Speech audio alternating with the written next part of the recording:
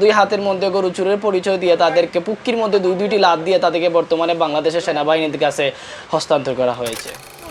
দেখাবো এই মুহূর্তে যে ব্রেকিং নিউজ এসেছে, সেই ব্রেকিং নিউজ বড় খবর এই মুহূর্তে।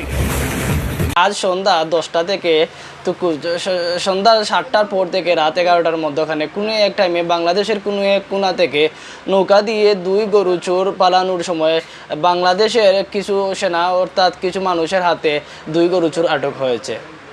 সেখানে থাকা স্থানীয় সাংবাদিক আমাদেরকে জানিয়েছেন একজন গরু চোরের নাম হলো বাংলাদেশে থাকা আগের সাবেক আইনমন্ত্রী মোহাম্মদ আনিসুল হক এবং আরও একজন গরু চোরকে চিনতে না পেরে তার পুক্কির মধ্যে দুইটি করে লাত উষ্টা মুড়কর দিয়ে খবর পাওয়া যায় সে বাংলাদেশের সাবেক এক বড় লেভেলের এক গরু চোর, সে হচ্ছে সালমান এফ রহমান।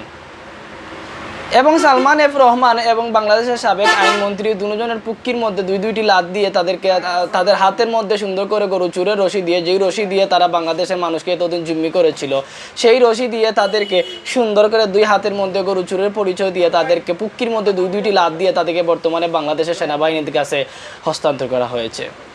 এবং বাংলাদেশের জনসাধারণ তাদেরকে জানিয়েছেন তাদেরকে আমাদের হাতে তুলে দিন। সেনাবাহিনী যদিও যতটুকু আদর করেছে, বলেছে আমরা তোমাদের কাজ করে দিব এবং তাদের পুক্কির মধ্যে দিয়ে আমরা দুইটি করে লাত উষ্টা মুড় করে দিব। এই বলে বাংলাদেশের জনসাধারণ মানুষকে তারা শান্ত এবং শিষ্ট করেছে।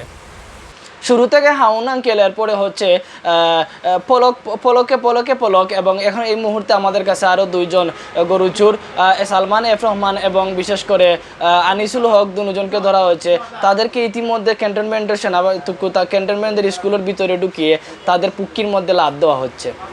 এই পর্যন্ত ব্রেকিং নিউজ আমাদের কাছে। পরবর্তী ব্রেকিং নিউজ পাওয়ার আগ পর্যন্ত সুন্দর করে আপনারা আমাদের এই ভিডিও আমাদের পেজের দিকে, আমাদের চ্যানেলের দিকে আপনারা লক্ষ্য রাখুন।